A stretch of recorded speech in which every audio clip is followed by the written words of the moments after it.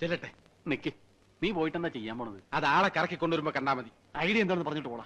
അതെ, വ്യക്തമായിട്ട് പ്ലാൻ എന്താണെന്ന് പറഞ്ഞിട്ട് പോയാ മതി. ഇനി വന്നേ. പറഞ്ഞേ. ആദ്യം ഞാൻ നേരെ ചെല്ലുന്നു.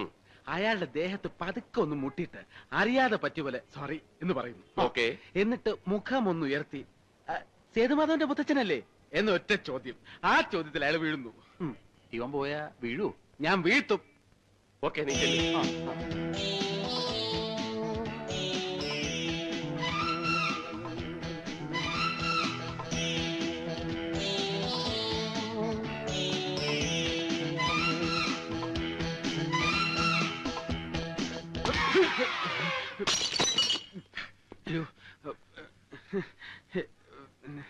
എന്റെ അമ്മയെ നാട്ടിച്ച്.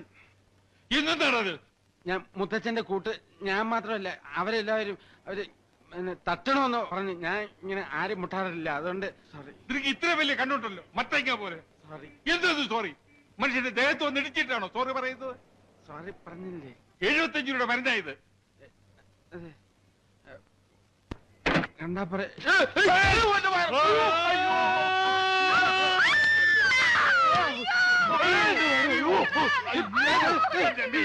താങ്ക് യു മോനെ, താങ്ക് യു വെരി മച്ച്. താമസോട്ടെ, വിട്ടോളാ.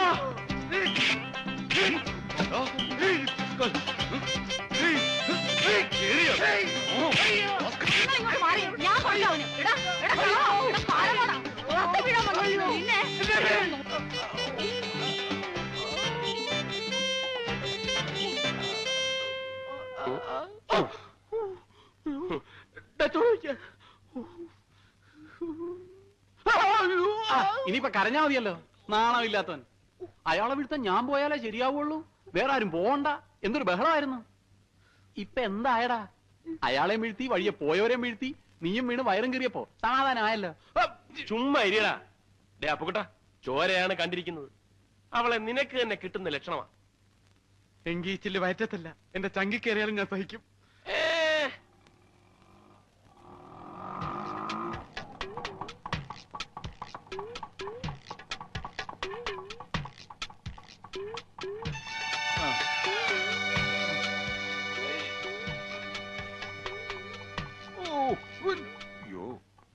കാര്യമായിട്ടൊന്നും പറ്റില്ലെന്നാ തോന്നണല്ലേ?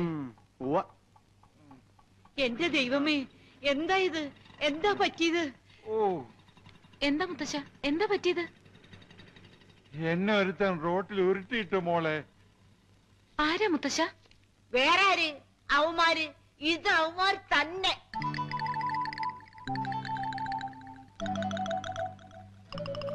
ഞാനെന്ന് പറഞ്ഞപ്പോഴേ നിങ്ങൾ എന്താ പറഞ്ഞത്? തോന്നിയതാണെന്ന്. നിങ്ങക്ക് ഇത് തന്നെ കിട്ടണം. മുത്തശ്ശൻ ആളെ കണ്ടാലറിയോ? അറിയോന്നോ? അവനെ ഇനി എവിടെ കണ്ടാലും ഞാൻ കൊല്ലും. വെറുതെ. അന്ന് വന്നവന്മാരെയൊക്കെ കണ്ടാലേ എനിക്കും അറിയാം. എന്നെ മാത്രമല്ല, നിങ്ങളെ രണ്ടുപേരെയും അറിയാവുന്ന. വരും, അവന്മാര് ഇനിയും വരും. ഇനി വന്നാ ഞാൻ വെട്ടി തുണ്ടാക്കി ഈ മിറ്റത്തിടും. നോക്കിക്കോ. നിങ്ങളും വന്നേ. അതെ, നിങ്ങളെ 3 പേരെ അവർ മനസ്സിലാക്കിയ സ്ഥിതിക്ക് ഇനി ഒറ്റ മാർഗ്ഗമേ ഉള്ളൂ. എന്താ? നിങ്ങൾ അവളെ എങ്ങനെ മറന്നേക്കണം.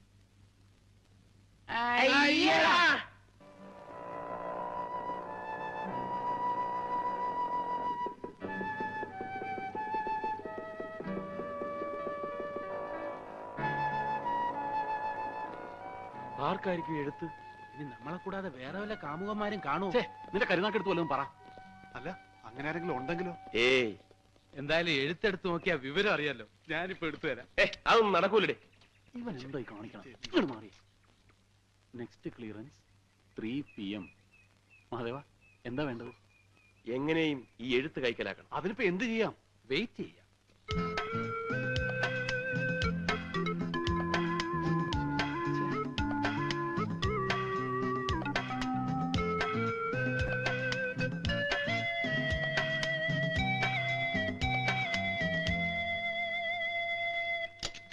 പോസ്റ്റ്മാൻ. അതെ ഞങ്ങൾ ഒരു എഴുത്ത് അറിയാതെ തെറ്റി ഇതിനകത്ത് കൊണ്ട് ഇട്ടുപോയി. ഇതങ്ങ് കൈവച്ചിട്ട് അതങ്ങ് ഒന്ന് എടുത്ത് തന്നില്ലേ കുഴപ്പം. പ്ലീസ് അത് പിന്നെ പ്ലീസ് ഇത് നോക്കി. ആ പോരെ. ദേ, ഇത് മതിയോ നോക്കി. പോരാന്ന്.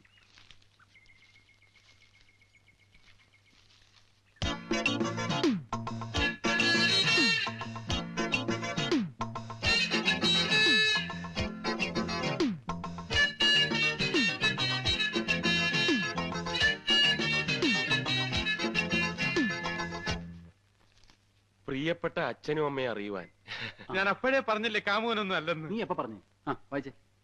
സേതുവേട്ടനെ നഗരത്തിൽ നിന്നാ ഞാൻ ഈ എഴുത്തെഴുതുന്നു. സേതുവേട്ടൻ ഇവിടെ താമസിച്ചിരുന്ന വീട് ഞാൻ കണ്ടുപിടിച്ചു. അതൊരു ആൻഡ്രൂസിന്റെ വീടാണ്. ബോംബെയിൽ എവിടെയോ ആണ് ഈ ആൻഡ്രൂസ് ഇപ്പോൾ. ഈ ആൻഡ്രൂസ് പറഞ്ഞു വിട്ടിട്ടാ സേതുവേട്ടൻ ഈ നഗരത്തിൽ വന്നത്. കഴിഞ്ഞ ക്രിസ്മസ് രാത്രിയിൽ ഇവിടെ വന്നു കയറിയ സേതുവേട്ടനെ ആൻഡ്രൂസിന്റെ അമ്മച്ചി സ്വന്തം മകനെ പോലെയാണ് കരുതിയിരുന്നത്. ഇപ്പോൾ ആ വീട്ടിൽ ആൻഡ്രൂസിന്റെ അമ്മച്ചി മാത്രമേ ഉള്ളൂ. ചുമ്മാ ഇരിടാ. ഇപ്പോൾ ആ വീട്ടിൽ അമ്മച്ചി മാത്രമേ ഉള്ളൂ. സേതുവേട്ടൻ താമസിച്ചിരുന്ന മുറിയും സേതുവേട്ടന്റെ പെട്ടിയും സാധനങ്ങളും ഒക്കെ അതുപോലെ തന്നെ സൂക്ഷിച്ചു വെച്ചിരിക്കുക അമ്മച്ചി. ഈ അമ്മച്ചി വഴി സേതുവേട്ടന്റെ ഇവിടുള്ള കൂട്ടുകാരെയൊക്കെ കണ്ടെത്താനുള്ള ശ്രമത്തിലാണ് ഞാനിപ്പോ.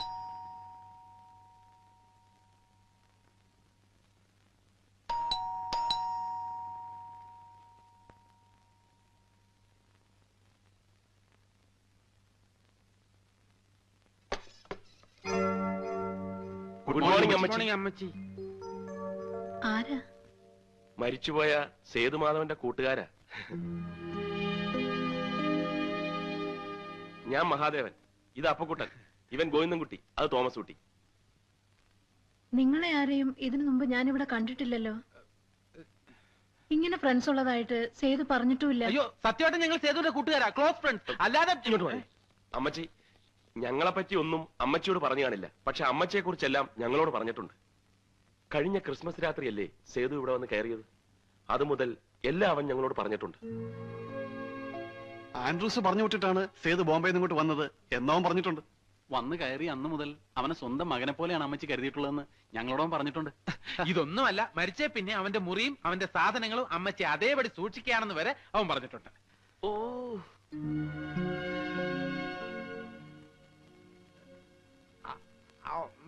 പറഞ്ഞിട്ടില്ല അല്ലേ? മിണ്ടാരിടാ. ഇവൻ പറയുന്ന നോക്കണ്ട. ഇവനിപ്പോ ഇങ്ങനെ സേതുവിന്റെ മരണത്തിന് ശേഷം ഇവന്റെ സമനില ആകെ തകർന്നിരിക്കുക. എന്ത് ചെയ്യാൻ അമ്മച്ചി? കൂട്ടുകാരനെ ഭ്രാന്തായി പോയെന്ന് വെച്ചാൽ ഞങ്ങൾക്ക് ഉപേക്ഷിക്കാൻ പറ്റൂ? അമ്മച്ചി ആക്ച്വലി ഞാൻ നീ ഇങ്ങോട്ട് മാറി. ഞങ്ങളിപ്പോ വന്നത് ഞങ്ങൾക്ക് സേതുവിന്റെ ഒരു ഫോട്ടോ വേണം. ഞങ്ങളുടെ ലൈബ്രറിയിലെ ഒരു മെമ്പർ ആയിരുന്നല്ലോ സേതു. ഫോട്ടോ സോവനീറി കൊടുക്കാനാ. ഫോട്ടോ ഞങ്ങളുടെ കയ്യിലുണ്ട്, പക്ഷെ അത്ര നല്ലതല്ല, അതുകൊണ്ടാ. നിക്ക്, ഞാൻ നോക്കട്ടെ.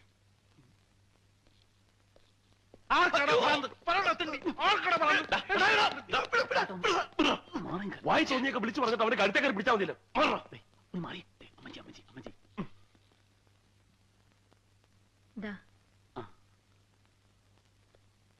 നിങ്ങളുടെയൊക്കെ വീട് എവിടെയാ? ഞങ്ങൾ ഇവിടെയൊക്കെ തന്നെ ഉള്ളവരാ. പിന്നെ ഏറ്റവും അടുത്തത് എന്റെ വീടാ. ദേ ഈ അഡ്രസ്സിൽ അന്വേഷിച്ചാൽ മതി. ഞങ്ങൾ ആരെങ്കിലും ഒക്കെ ആയിട്ട് എപ്പോഴും അവിടെ തന്നെ ഉണ്ടാവും. ആരെങ്കിലും അഡ്രസ്സ് ചോദിച്ചു വന്നാലും കൊടുക്കാൻ പഠിക്കണ്ട. സേതുവിനെ പോലെയും ആൻഡ്രൂസിനെ പോലെയൊക്കെ കരുതിയാൽ മതി ഞങ്ങളെ, അല്ലേ? അതെ. ഇങ്ങനെ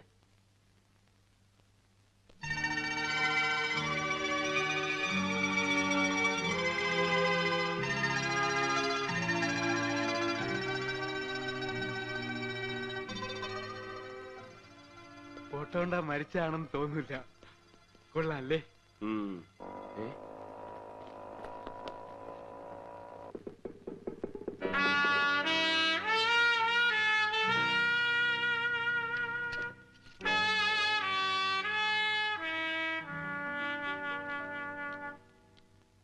നിന്റെ വിലക്കാരെന്തി? ഗോപി, എന്തിനാണ് വെറുതെ അവനെയൊക്കെ ബുദ്ധിമുട്ടിക്കുന്നത്? പറയാനുള്ളതൊക്കെ ഞാൻ തന്നെ പറയടാ. വേണ്ട. ആദ്യമായിട്ട് അവൾ എന്റെ വീട്ടിൽ വന്നിട്ട് ഒന്നും സംസാരിക്കാതെ വിടുന്നത് മോശമല്ലടാ. ഒരു മോശമില്ല, പരിചയപ്പെടുന്നത് സംസാരിക്കുന്നതൊക്കെ ഒരുമിച്ച് മതി. മാത്രമല്ല നമ്മളെ പൂർണ്ണമായിട്ട് വിശ്വസിക്കണമെങ്കിൽ ഈ ഫോട്ടോ മാത്രം പോരാ, വേറെ നമ്പറിൽ ഇറക്കണം.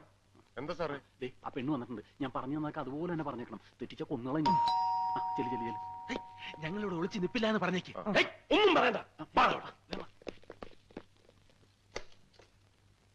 എന്താ? ഗോവിന്ദൻകുട്ടിയുടെ വീടല്ലേ? അതെ. എനിക്ക് ഗോവിന്ദ്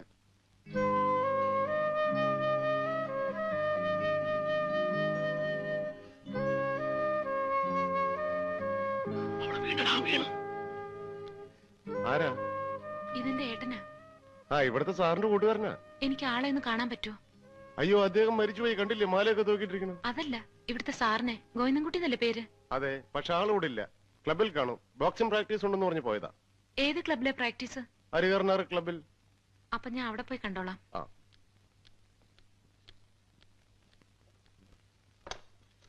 ഒത്തടാ, ഒത്ത്.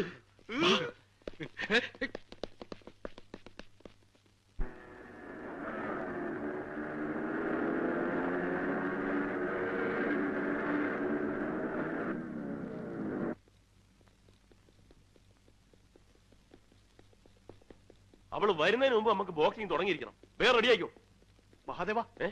നമുക്കും ബോക്സിംഗ് അറിയാൻ നമുക്ക് തോന്നിയാ പോരെ? അതിന് ശരിക്കും ഇടിക്കേണ്ട കാര്യമില്ലല്ലോ. ഏയ്, ഇടി എന്ന് പറഞ്ഞാൽ പൊരിഞ്ഞിടിയായിരിക്കണം. ഈ ഇടി കണ്ടിട്ട് വേണം നമ്മൾ ആരെ വേണമെന്ന് അവൾ തീരുമാനിച്ചത്. First impression is the best impression. So no compromise, no sentiment, no friendship. ഇതെന്ത് പോകൃത്തരവ് കാണിക്കുന്നത്? ലോകത്ത് വരെ എന്തൊക്കെ കളികളുണ്ട്. അതൊന്നും പോരാണ്ട് ഈ പണ്ടാരം തന്നെ വേണം. വേണ്ട, കിളിമാസ് കളിക്കാം. കണ്ടോണ്ട് വരുമ്പം നമ്മളെ പറ്റി അവർക്ക് നല്ല മതിപ്പായിരിക്കും. എടാ, അവളുടെ ചേട്ടൻ ബോക്സിംഗ് ചാമ്പ്യൻ ആണെന്ന് നീയും കൂടെ കേട്ടതല്ലേ? അപ്പൊ നമ്മൾ അവന്റെ കൂട്ടുകാരനാണെന്ന് അവള് വിശ്വസിക്കണമെങ്കിൽ നമുക്ക് ഇതൊക്കെ അറിയാവുന്ന വരുത്തണം. ധൈര്യമില്ലാത്തവനൊന്നും പ്രേമിക്കാൻ നടക്കണം.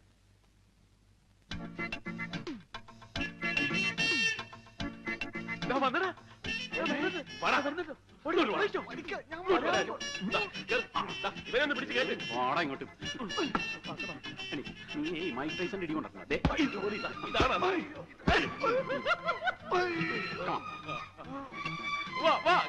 എഴുന്നേറ്റ് വാടാ. ഇങ്ങോട്ട് എണീറ്റ് പോടാ.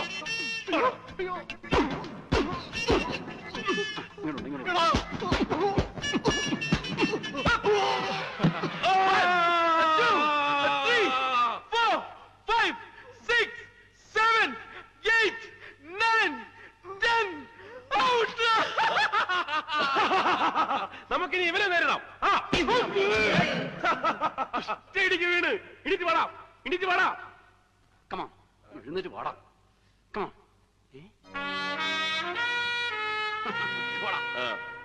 നെക്സ്റ്റ്. കമാ, എഴുന്നേറ്റ് വാടാ. get up. Come on. Come on, man. Up. എഴുന്നേറ്റ് വാടാ. Come on, get up. പഞ്ചും. എന്റെ അമ്മേ. അയ്യോ, ആ പിശാചികളെ കൊണ്ടാണല്ലോ വരുന്നത്. മുഹമ്മത്തിക്കോ? മുഹമ്മത്ര ഒത്തുക മുഖം.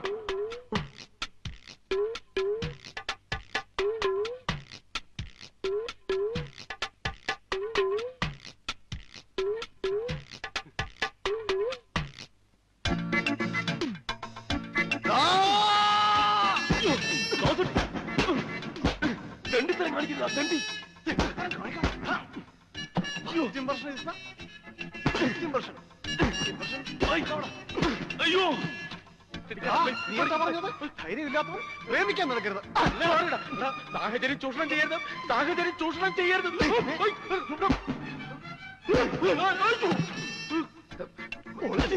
ഇവിടെ വെച്ചിരിക്കില്ല, നമുക്ക് മനസ്സമാധാനമായിട്ട് വീട്ടിൽ ചെന്നിട്ടിരിക്കാം. നീയാണ് മൈക്ക് ടൈസൺ. ഞാൻ വെറുതെ പറഞ്ഞത്. എന്റെ വയറ്റിൽ എനിക്ക് അപ്പൻഡിസൈറ്റിസ് ഉള്ളതാണ്. അയ്യോ,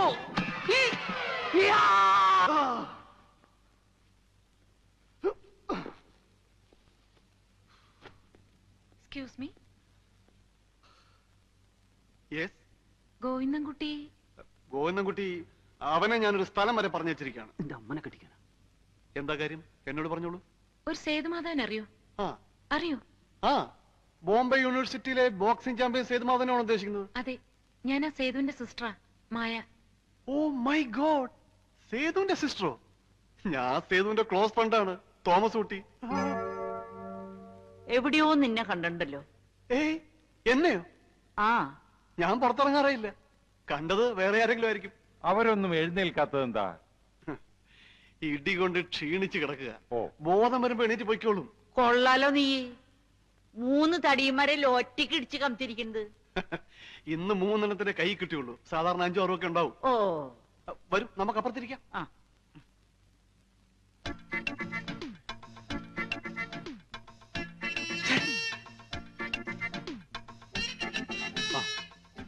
കഴിക്കും, കഴിക്കണം. മായ എന്താ കഴിക്കാത്തത്? സേതുവേട്ടൻ എന്തിനാ ഈ നാട്ടിലേക്ക് വന്നതെന്ന് തോംസുട്ടിയോട് പറഞ്ഞിട്ടുണ്ടോ? അതായത് കഴിഞ്ഞ ക്രിസ്മസിന് ആൻഡ്രൂസിന് വരാൻ പറ്റിയില്ല. പകരം സേതുവിനെ അയച്ചു. അങ്ങനെയാ സേതു പറഞ്ഞത്. ഇതിനു മുമ്പും ക്രിസ്മസിന് ആൻഡ്രൂസ് വരാതിരുന്നിട്ടില്ലേ? അന്നൊന്നും പകരം ആരെയും അയച്ചിട്ടില്ലല്ലോ. ഇത് ഞാനും ചോദിച്ചതാ. അപ്പൊ സേതു പറഞ്ഞു അമ്മച്ചിക്ക് ഒരു സമ്മാനം കൊണ്ട് വന്നതാണെന്ന്. സമ്മാനോ? എന്ത് സമ്മാനം? എന്ത് സമ്മാനം എന്നാ പറഞ്ഞത്? ക്രിസ്മസ് സമ്മാനം. എന്നിട്ട് അമ്മച്ചി അതിനെപ്പറ്റി ഒന്നും പറഞ്ഞില്ലല്ലോ. അയ്യേ, അങ്ങനെ പറയാൻ മാത്രമുള്ള ഒന്നും ഉണ്ടാവില്ല. മാലയോ സാരിയോ അങ്ങനെ എന്തെങ്കിലുമൊക്കെ ആയിരിക്കുന്നേ. ശരി, ഞങ്ങൾ ഇറങ്ങട്ടെ. ഇനിയിപ്പോ ഇതൊന്നും പോയി അമ്മച്ചിയോട് ചോദിക്കണ്ട കേട്ടോ, നാണക്കേടാ. സേതുവിന് ഇവിടെ ആരെങ്കിലും ശത്രുക്കൾ ഉണ്ടായിരുന്നോ? ശത്രുക്കളോ? അതെന്താ അങ്ങനെ ചോദിച്ചത്? വേറെ ഒന്നുമല്ല, ദേ ഇത് കണ്ടോ, ഒരുത്തൻ എന്നെ റോട്ടിൽ ഉരുട്ടിയിട്ട് കൊല്ലാൻ ശ്രമിച്ചു. ഇവളെ 2 പ്രാവശ്യം വീട്ടിൽ കയറി അപകടപ്പെടുത്താൻ നോക്കി. അതിലൊരുത്തനെ ഞാൻ ശരിപ്പെടുത്തിയിട്ടുണ്ട്. എന്താ, ശത്രുക്കൾ ആരെങ്കിലും ഉണ്ടായിരുന്നോ? ഏയ്, അങ്ങനെ ശത്രുക്കളൊന്നുമില്ല. അപ്പൊ അവന്മാരൊക്കെയോ? അത് വല്ല പോക്കറ്റ് അടിക്കാരോ പിടിച്ചു പറിക്കാരോ ഒക്കെ ആയിരിക്കും. അയ്യോ.